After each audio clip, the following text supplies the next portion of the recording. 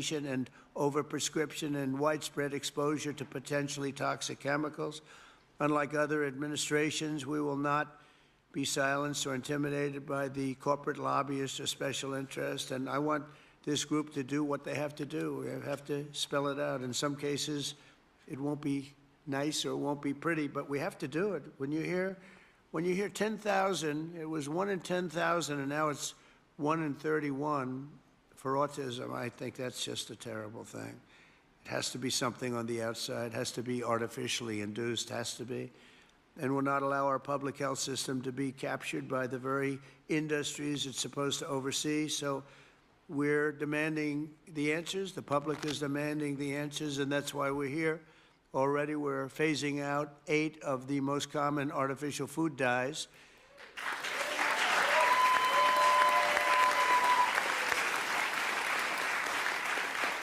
And we ended the most serious conflicts of interest at the FDA. We had a lot of conflicts over there. Earlier this week, we approved a SNAP waiver request from Nebraska so they can stop taxpayer dollars from being used to make our children obese. I understand requests from 3 more states will be approved shortly, and more are expected to come in the following weeks. Over the next 80 days, the Commission will build on its work in this report to develop a roadmap to bold and transformative public health reforms for our consideration. It's a consideration, and we'll lay out the facts. Let me say congratulations to the entire MAHA movement. This movement has become very hot. People are really, I tell you, they're going crazy over MAHA. They're going crazy, right?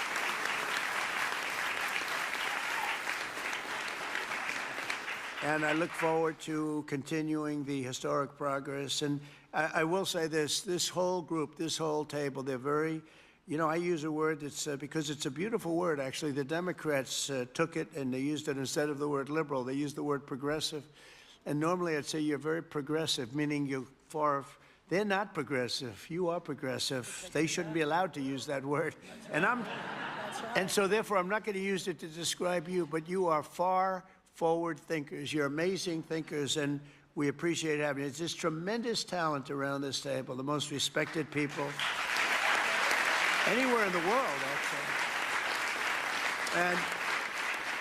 And you know, I've been a fan of Bobby for years. He came up to see me 13, 14, 15 years ago, I remember, and he left. And I made a couple of the statements that he made because I agreed with the same thing, and we both went through hell. Do you remember that? It was a massive, but you know what? We turned out to be right. It was sort of interesting. But I've been a friend of Bobby, and he's been a foe, too. You know, he's tried to stop a couple of my jobs. In one case, he did stop a job, and I was really angry. And then about 4 months later, we went into like a depression. And I saved a hell of a lot of money by the fact that you stopped it. You're welcome. So I never minded. I always said, thank you very much for stopping that big job I was going to do. But he's a fantastic guy, and Bobby, we're with you all the way. And your beautiful wife is right sitting in the front row, and she's always been right there with you. And, you know, it was very interesting. When Bobby came, I really wanted Bobby to join, and he was doing very well as a candidate, really well. He was being treated very unfairly by the other side, but he was doing so well that they treated you unfairly. They had no choice. I think they said, in order to qualify, Newt, you had to have 80% of the vote, okay? Do you remember that deal? You had to have 80% of the vote in order to qualify to run against Joe Biden. And Bobby thought that was a little unfair, and that was about it. And he came on board, and we got very lucky, but you really helped, and I want to thank you very much, really. We're with you all the way. Thank you very much. So Bobby, if you'd say, give him your thoughts, please. Well, thank you very much, Mr. President. I do want to say something, because I get a lot of credit for steering this administration toward the MAHA movement. But I joined the campaign in August. I joined President Trump in August and became, you know, went from independent to his campaign. But it was in June. And he made a speech specifically on this issue. It was a MAHA speech before MAHA existed. And I took note of that speech at the time and thought there's a potential here for a common ground. I want to thank you for your vision, for your courage, for standing up. You know, President Trump is a populist president. He's a president, he's blamed for giving money to billionaires and all this stuff. We hear about that all the time. But he is on the side of the middle class, the working class, the poor in this country, people.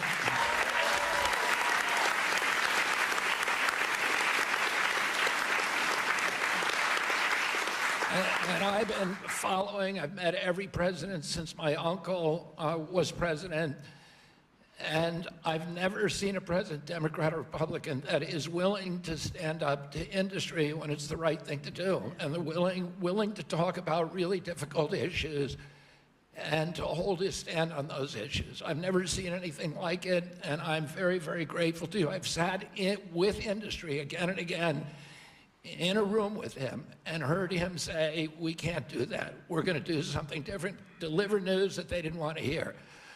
So I'm grateful to this. This is a milestone.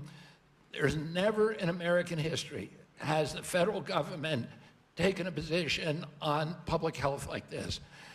And because of President Trump's leadership, it's not just one cabinet secretary, it's the entire government that is behind this report. And I can say again, I talked a little bit about when I met Rachel Carson as a boy. My uncle tried to do this, but he was killed and it never got done.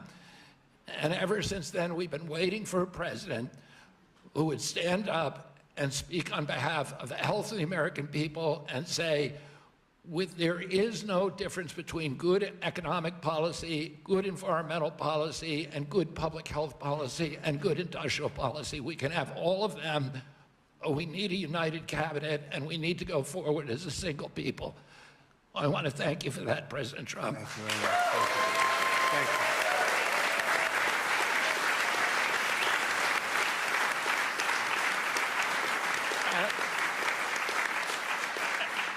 At its core, this report is a call to action for common sense.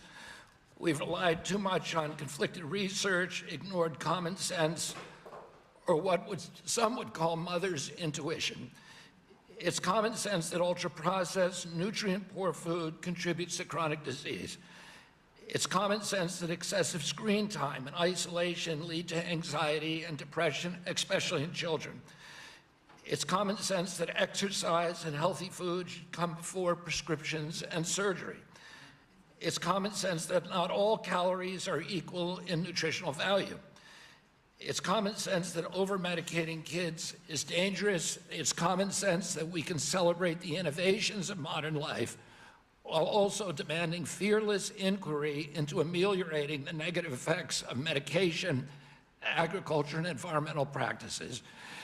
It's common sense that research funded by corporations deserves more scrutiny than independent studies. I'm so proud of this cabinet, and particularly Secretary Rollins and Administrator Zeldin, who, again, I'll say it a third time, work late nights, early into the morning to make this happen, and to all the leadership from the White House staff, beginning with Stephen Miller, and Heidi Overton, Dr. Heidi Overton, with Vince Haley.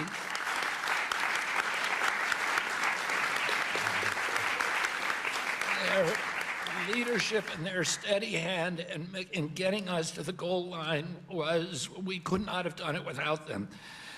They helped us grapple with weighty issues and committed this administration to solving large, complex challenges like children's health. We're joined here by senators, advocates, governors who I have worked with, and CEOs who I know who are all ready to begin carrying out this mission. This is the beginning of a conversation, a national conversation that we are going to have with maturity, with nuance, for the first time in history, thanks to your leadership, President Trump.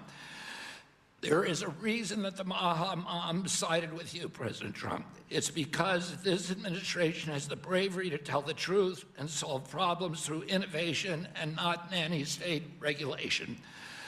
President Trump, I'm honored to present you the MAHA report and work with this incredible cabinet that you have brought together to make our children healthy again.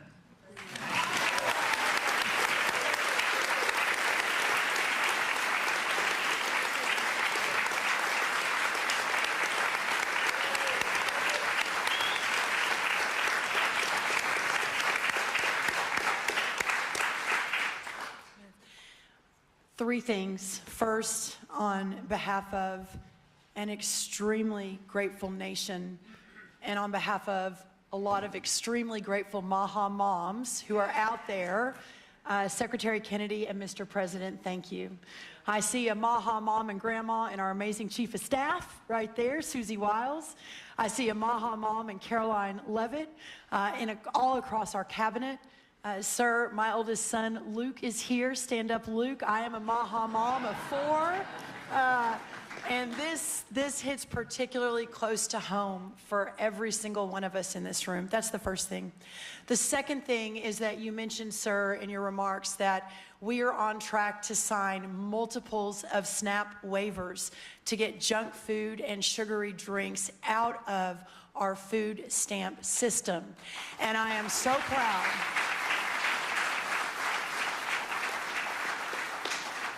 I am so proud to announce that on Monday, I was in Nebraska with Governor Pillen, where we signed the first one. An hour ago, I signed the second one for Governor Braun in Indiana. He may not even know that. I've got it right here, sir. I also signed the third one, Governor Kim Reynolds of Iowa, about an hour ago.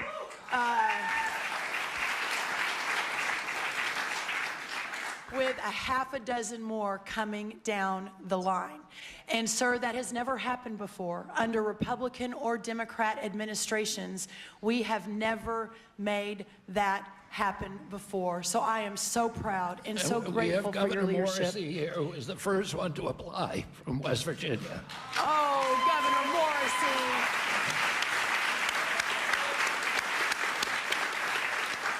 We will make sure you're at the top of the pile, sir. I apologize. Governor Sanders has been a leader. Governor Polis from Colorado. It has been remarkable how these governors have stood up. That's the second thing. The third and final thing, sir, is we all know that at the center of making America healthy again is making American agriculture great again. Without American agriculture at the center of this discussion, we have the most robust, the safest, the best agriculture system in the world. And in partnership with the amazing Secretary Kennedy and all of these incredible patriots sitting around this table, under the leadership of the extraordinary President Donald J. Trump, we will make America healthy again. And what an honor it is to be a part of that. Well, thank you, sir.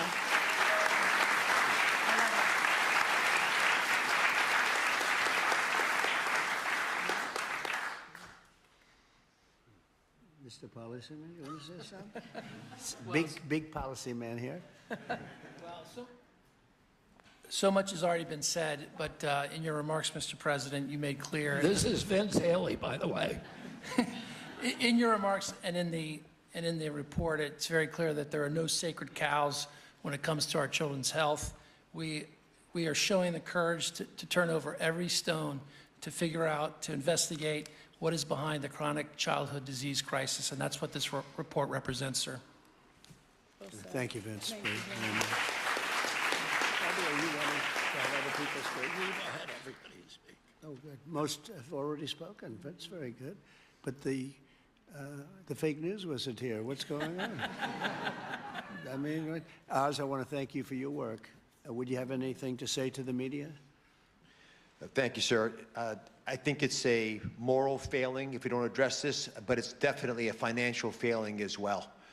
50% of children are on Medicaid or on the CHIP program. It is an obligation we all have to address this reality. As you know, the cost of Medicaid has gone up 50% in 5 years. Right.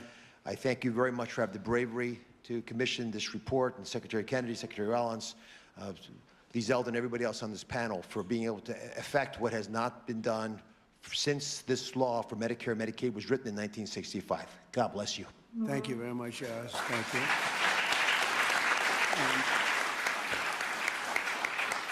A man who's just so highly respected, Dr. Marty McCary. Would you say a couple of words, please? Thank you, Mr. President. The United States is the best in the world when it comes to proton beam therapy, CAR-T, sophisticated operations. But when it comes to the health of the population, it's been a 50-year failure. And we have got to change course, and it's not until you have had the courage to let us take on these giant issues, as Vince Haley said, without any sacred cows, that we've been able to change. And I think this will transform our healthcare system from a reactionary system where doctors are playing whack-a-mole to a proactive system. So thank you, Mr. President. Thank you very much. Thank you, man. Highly respected man. Jay, please say a few words. Thank you. Thank you, Mr. President. I said earlier already that it's shocking to me that what this report says, which is that our kids will live less long, less healthy, more unhappy lives than we will as parents. We can't have that. I'm so proud to be part of this moment because that doesn't have to be the future. We can change things by doing excellent gold standard science, understanding the root causes of all these problems, reversing it.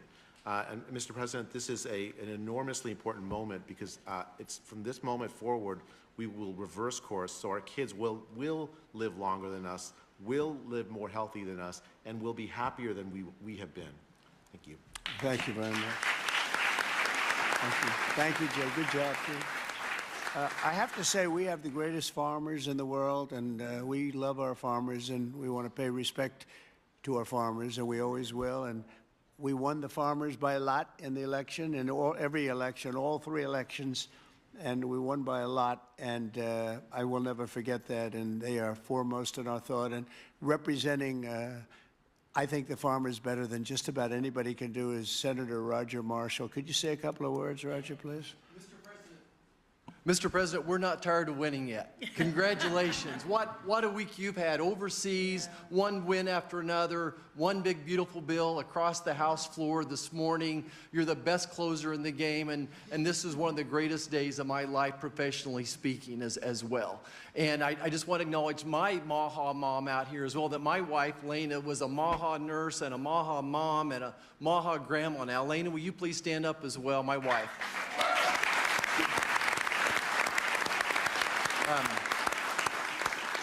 Mr. President, as you know, I spent 25 years delivering babies most every day. We saw a huge epidemic of diabetes, of pregnancy, and this has exploded in so many different directions now. We have an epidemic in mental health in our youth, obesity rates 20, 30%, 20% of our children on a prescription drug, 60, 70% of adults on a prescription drug. We can do better than this.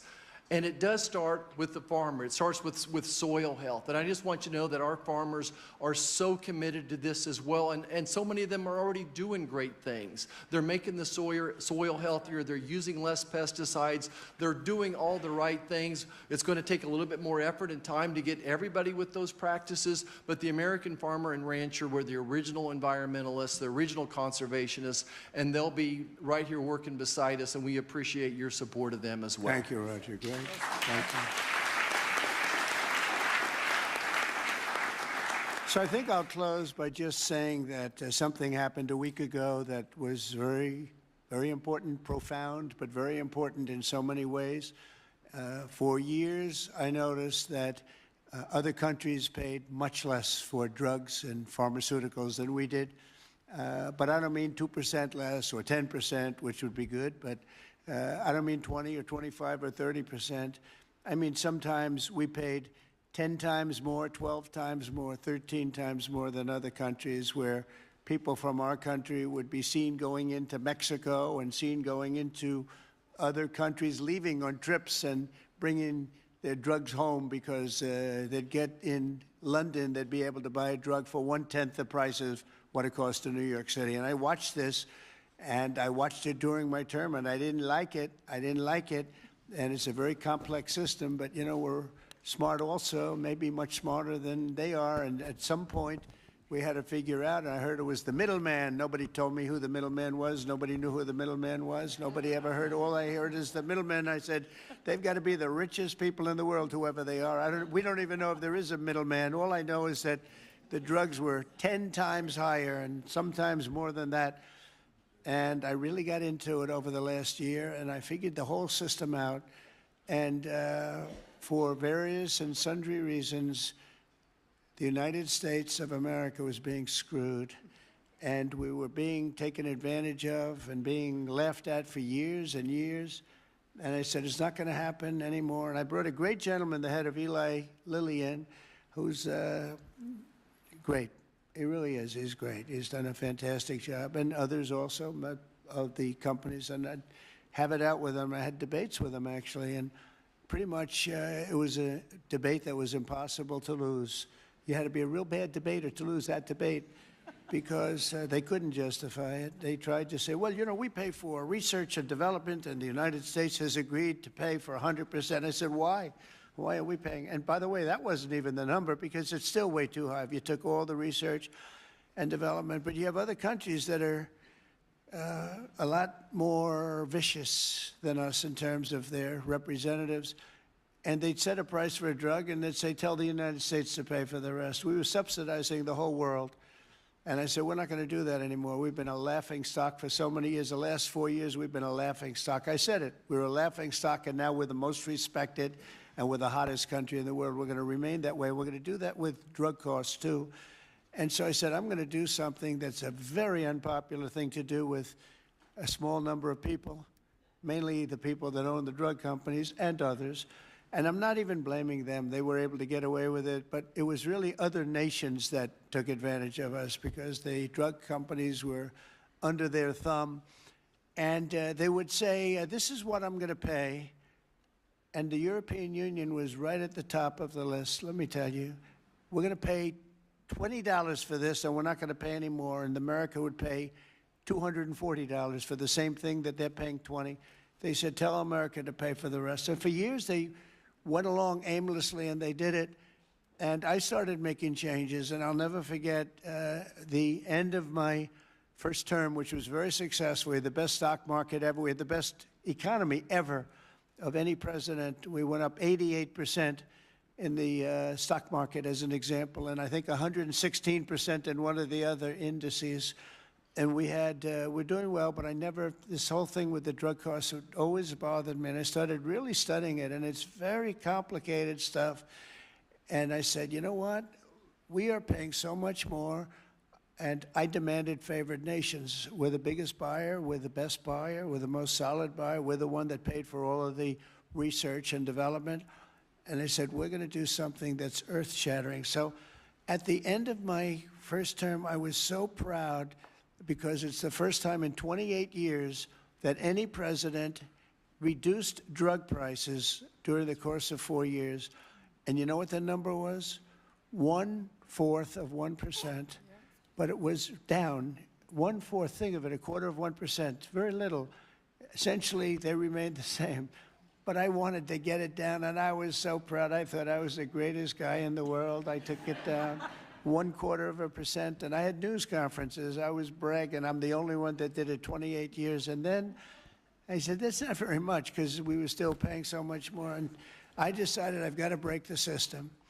And it's the most powerful lobby in the world, the drug company. Most powerful they are, the most powerful. And I'm not saying bad, good. I'm not saying anything, but they have tremendous power over the Senate, over the House, over the governors, over everybody. And they spend more money, billions and billions of dollars. And I said, I don't care. I have to do what's right. And I declared a favored nations, most favored nations, where the United States from now on is going to pay the exact same price as the lowest price anywhere in the world. In other words, if you take...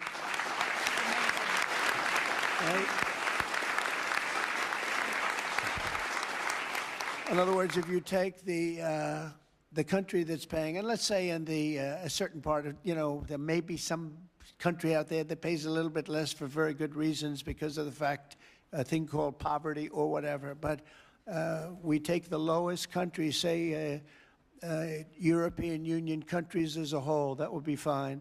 Or take individual countries within the European Union, or take various countries that nobody's even heard about. We pay the lowest. And what that's going to mean, and I'd like to put somebody to police it, because it should start immediately. It shouldn't start in 2 years, 3 years, 5 years. They'll say, yes, it kicks in. They always say kicks in, Marty.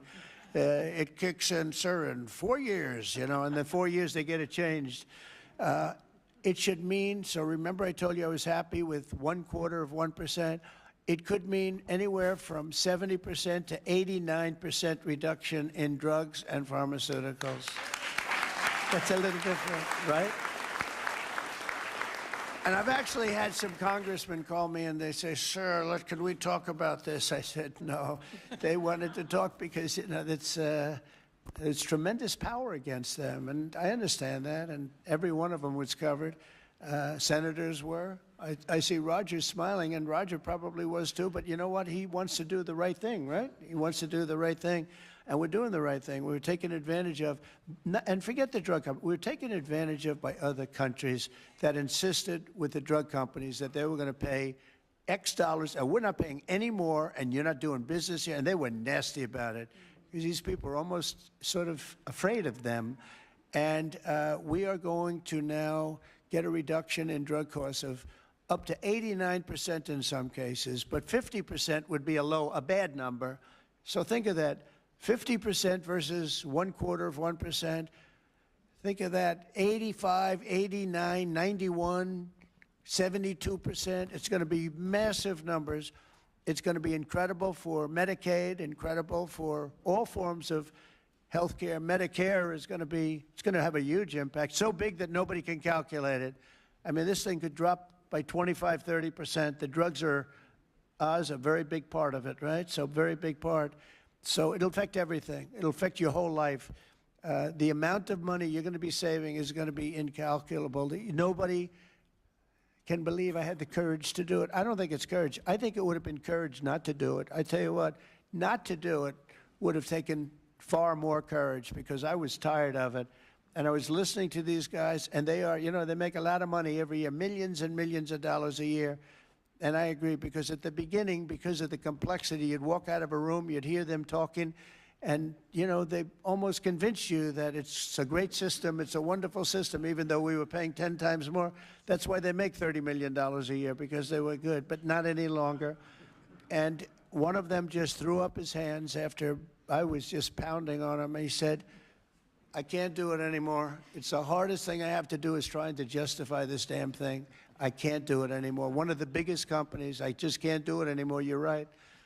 And as soon as he said that, that was like incredible, because I understood exactly he couldn't do it. He said it's the hardest thing he had to do is trying to justify why we're paying $200 for something and somebody else is paying $12. That is a neighboring country. Take Canada.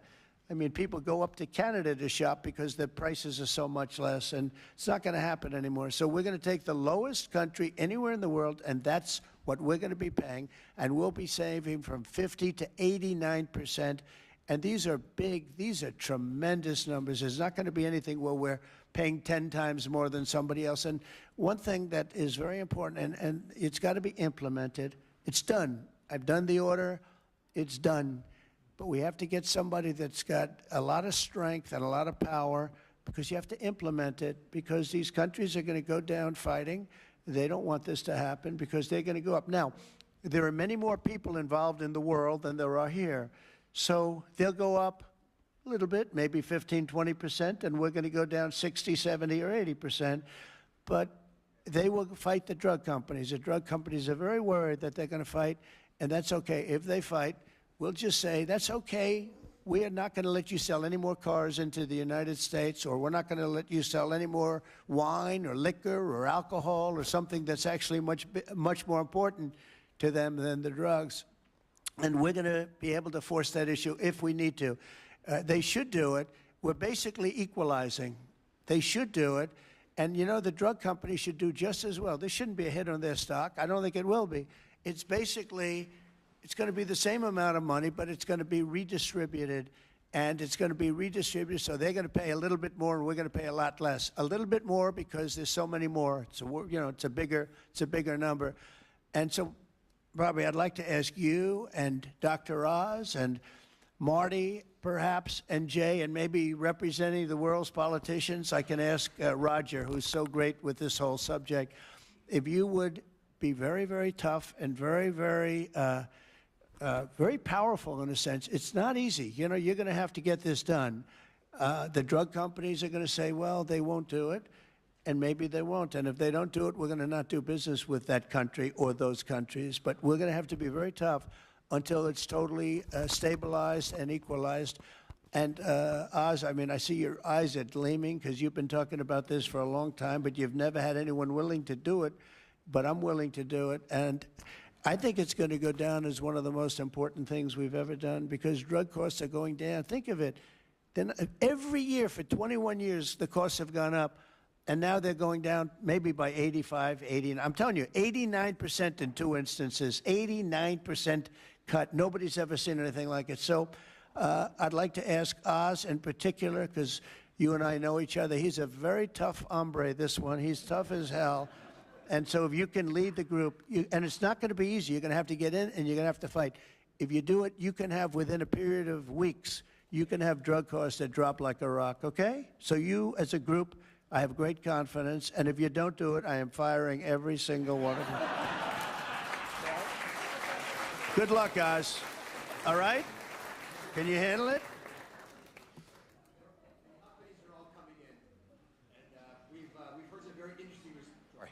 The companies are all coming in. We've had some very promising interactions. So Okay, good. I give you a you're little gonna time to the be a ones. tough hombre. You'll do a great job. I have no doubt about it. Thank you very much. Any help, I will be there to help you, okay? Well, you mentioned something that has not been discussed in the past. People have talked about drug prices in a silo and in isolation. But when you start going to the countries where they give discounts to because they're getting beaten up there and you support these companies, they see a huge upside potential, and even greater than the numbers you mentioned. Right. They should be able to charge more than what they would historically have been tolerant of if they have the support of the U.S. government and you. And Secretary Kennedy is aware of all these discussions. Well, they were artificially low and artificially high. We were artificially high. They were artificially low. We're not going to let that. And I think you're going to be able to handle it pretty easily. But speed is very important because we can do this immediately. This doesn't take 2 years, 3 years. It doesn't take a month. So do the best you can. Thank you very much. Thank you, everybody. Thank you very much. Thank you, Bobby. Are we concluded, Bobby? Yes. Go ahead. Why don't you Thank you, finish it Mr. off? President. Let's all give a hand for President Trump for his leadership. Thank you.